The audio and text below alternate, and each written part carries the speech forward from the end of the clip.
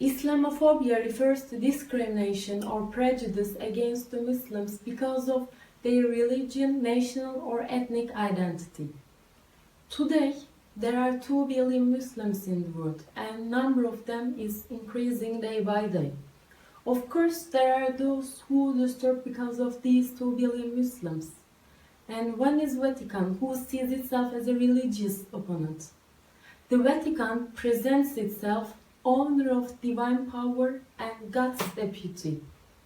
Because the Vatican and Catholic Church constantly come to the world agenda with the issues such as money, interests, child abuse and bigotry, reactionism, Islam is constantly spreading against it.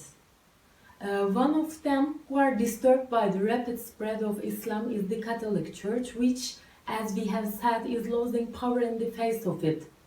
The feeling of hostility towards the Islamic religion of the Christendom goes up to the 7th century when this religion emerged. As you know, the Church of Rome saw itself as the sole proprietor of the spiritual domain on earth. This enmity was first initiated by the Roman Church and then spread.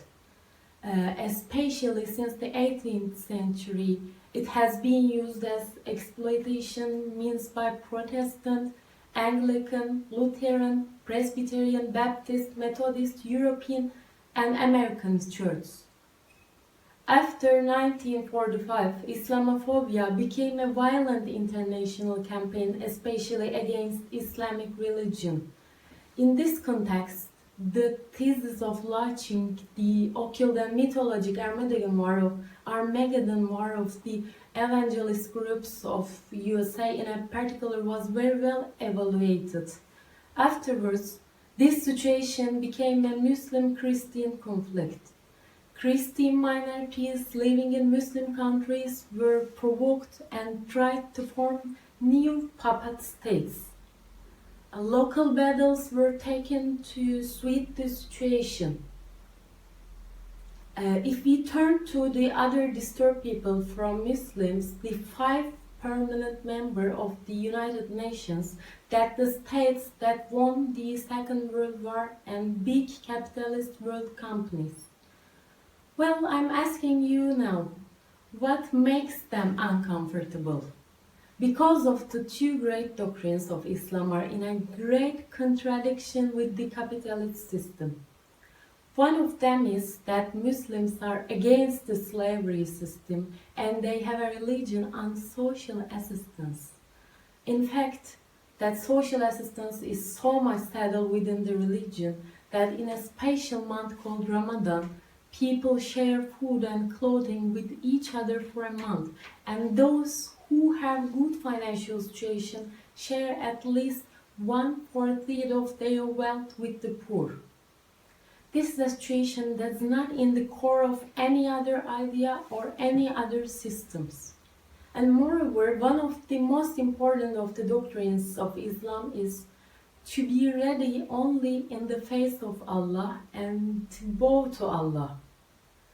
Islam doesn't allow a servant to turn to another slave, that's no matter how rich he is.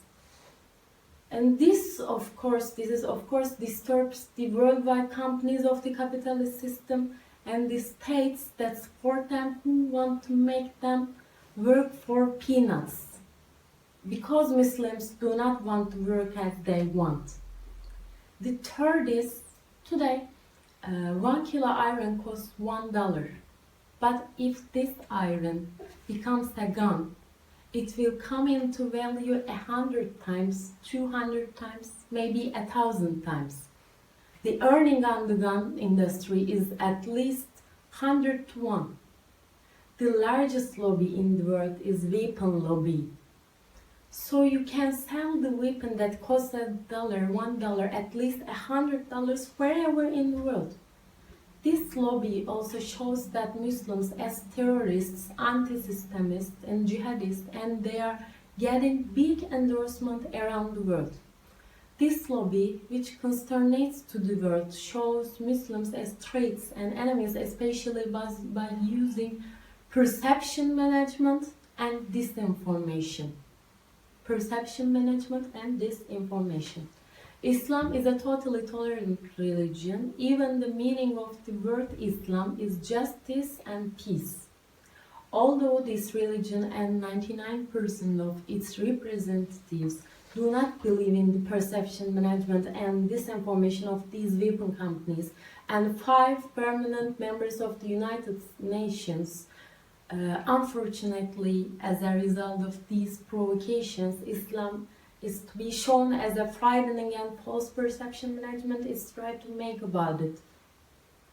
If we go to their historical root, as a result of perception management by Catholic world throughout history, the Crusades, killing of millions Muslims and Jews in Europe, thanks to the Inquisition, people, especially 10 million women, were burned alive. The Catholic Church killed Protestants in just one night just because they had another idea from them. And long-running 100 years wars. When you look at wars such as World War I, World War II, and in fact, if there is a phobia that should really be unearthed, it's christianophobia and vaticanphobia. However, Muslims did not start any war around the world. Even though they fought a defensive war, Islamophobia is trying to be spread out to whole world. In the meantime, let's not forget that Islam is shown together with weapon and the drug issue. It's shown that drugs are made in a region called Golden Crescent and sold to the world. However, those who organize this event are again capitalist states, because one of the most important values of Islam, one of the most important prohibitions is drug prohibition. They are perceiving people by scrapping Quranic verses without looking beginning and end of the verses. And some of them that makes this are atheists. Islamophobia, initiated and conducted by atheists, first appeared in the 17th century, targeting 3 monotheistic religions. The first known atheist explanatory document, which was published secretly and was destroyed after its distribution, was the Treatise of 3 Impostors.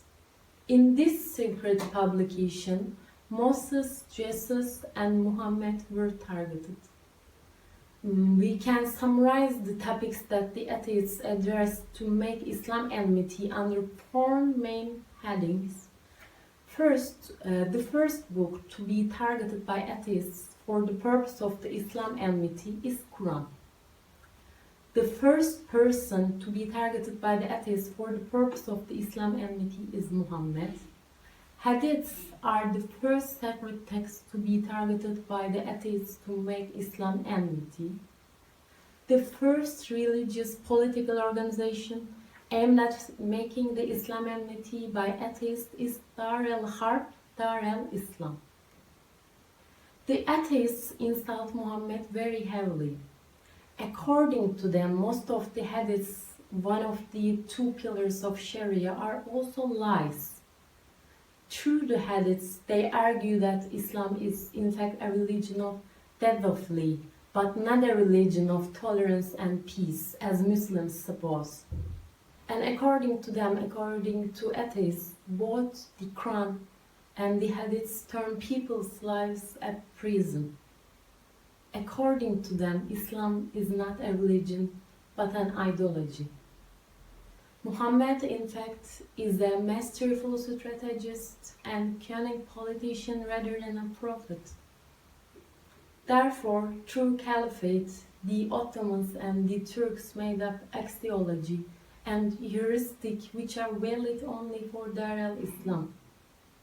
In Muslim countries, semi-informed people who think they are atheists by means of the spies of the West media, West imperialism, attains the necessary run to establish their invisible church in the entire Islamic geography. Let's not forget the communities that are gallivanted and have shaken belief system are defeated by the dominant religions. In this context, the most important of these atheists are Richard Dawkins, Christopher Hitchens. There are also British, French and American atheists. And one of the perception management that is done using media is the attack which started with Salman Rushdie's book of satanic verses.